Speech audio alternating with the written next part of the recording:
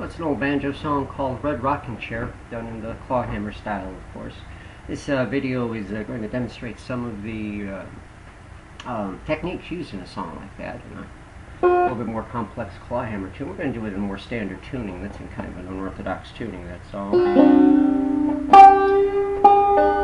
Let me get back to G.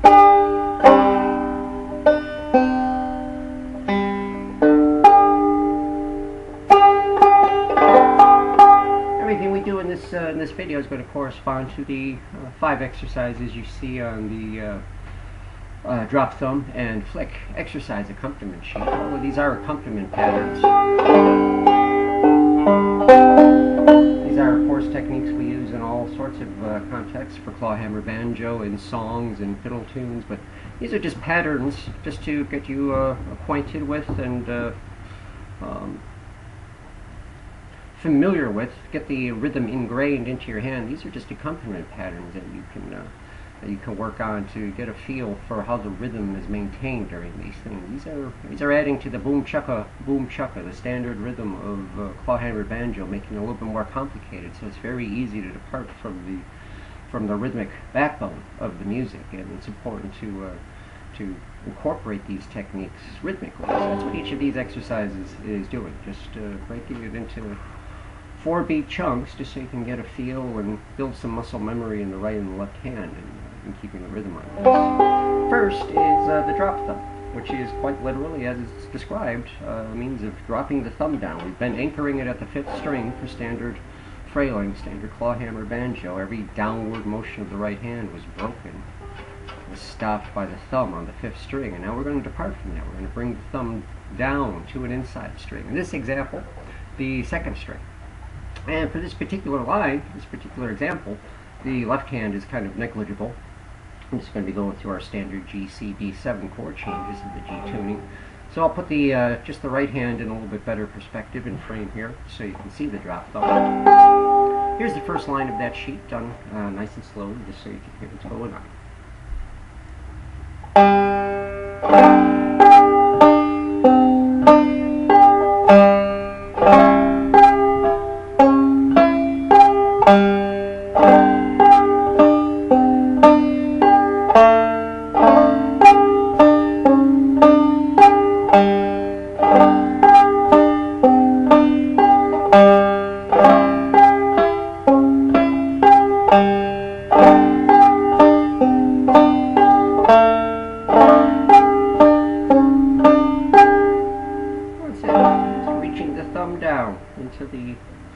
Into the inside toward the 2nd string for an offbeat note. As you pick up the velocity, as you get more comfortable with it and your tempo can increase, it's kind of a rhythmic bounce to it because your thumb is inevitably going to strike the string differently from the way your fingernail would. So you're giving it a little bit of a pop. And that adds a little bit of a backbeat, a little bit of a syncopation to your playing when you bring it up to a faster tempo. The second line introduces the flick maneuver, that flick technique that we looked at in class. And for that we need to have the left hand in frame, of course. We're using either the little finger or the ring finger. Either one is probably okay. There are going to be different occasions where one might work better than the other, but it's almost never going to be the case that flicking with the index or the middle finger is going to be optimal, because you're going to be using those fingers for fretting and you want to leave them available. Here is, let me tune better here.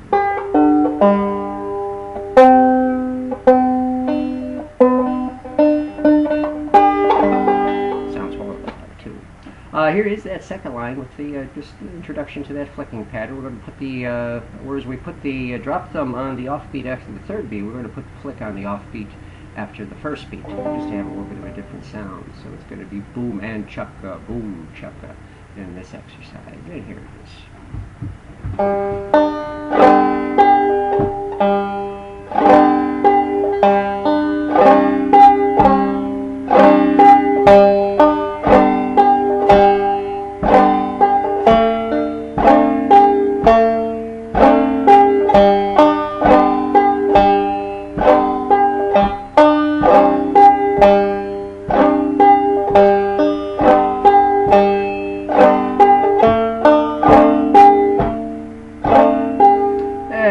As we said in class, it is possible to do that flick from or to a fretted note rather than to an open string. You could on the C do this in principle.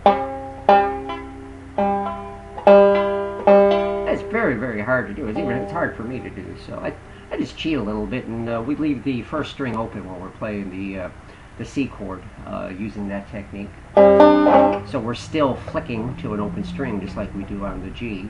The only difference is it's no longer a true C chord. It's technically a C ninth because we have a D in there, but it certainly sounds good. D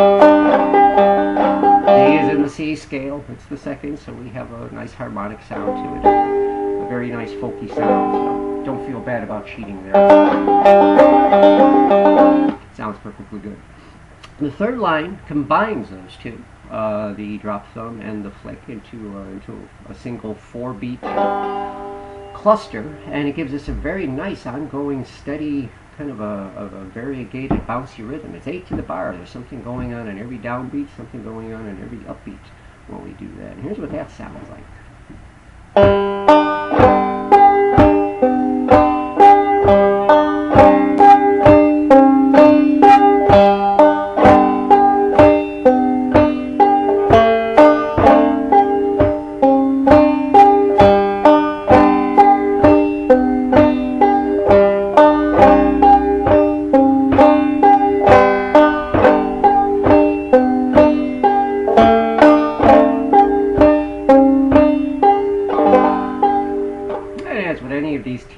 Techniques, it kind of takes its life from the momentum, from the inertia of tempo. At a very slow tempo like that, we don't hear all of its graces, but when we bring that up to a little bit faster tempo,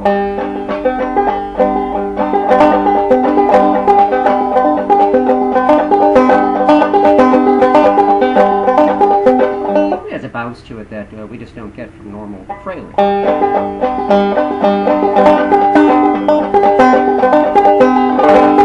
Be patient and wait for that moment where it really starts to feel natural and feel ingrained in your hand, and you can pick up the tempo and have a very nice rhythm with it.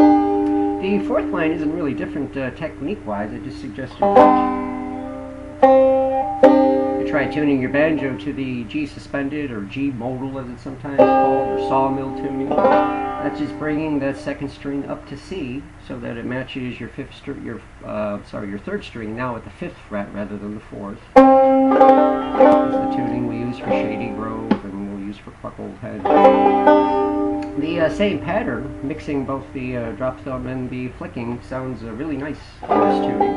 We're adding one chord, quasi-chord in this tuning. We're adding the somewhat of an F chord, 3rd string, 2nd fret, 4th string, 3rd fret, and just going back and forth between those two chords with these two right hand or right and left hand patterns. Actually, the flick is with the left hand. When you add that to it, we have a very, very nice accompaniment pattern for a lot of folk songs like Drunken Sailor.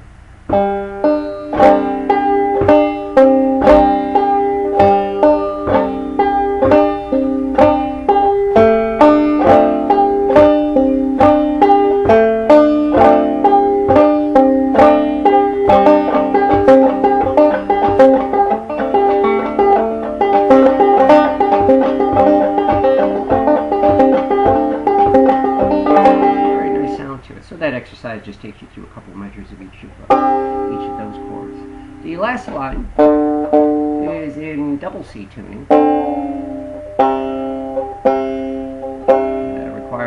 bring from the G suspended tuning to bring our fourth string down to a C to match the second string one octave below. And we can check that against the second string by fretting the fourth at the 12th fret. Those should match. It gives us double C tuning. This is a little bit more melodic technique we use for drop thumb. It could be an accompaniment pattern, and it's often used for melodic purposes to keep a melody line going, as we'll see as we try different fiddle tunes. But even for accompaniment purposes, it's almost melodic in and of itself. In fact, just this simple pattern of the 1, 4, and 5 chords, C, F, and G chord that we see in the exercise here, kind of sounds like violin cabbage down. We have so many individual notes popping up that it sounds more like a melody than a rhythmic accompaniment pattern. But this is what it sounds like, that fifth line.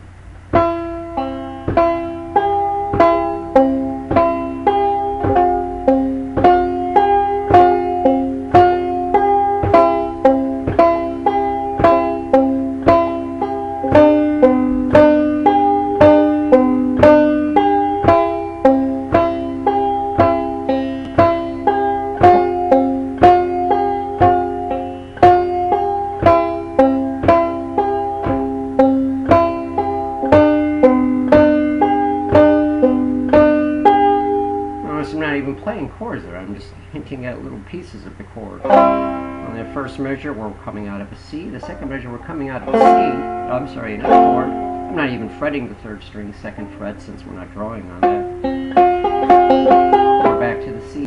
When we go to the third measure, we're actually playing out of a G. It's just an extension of that G chord that we know. We're just playing little fragments of the chords just to hint at the notes we need.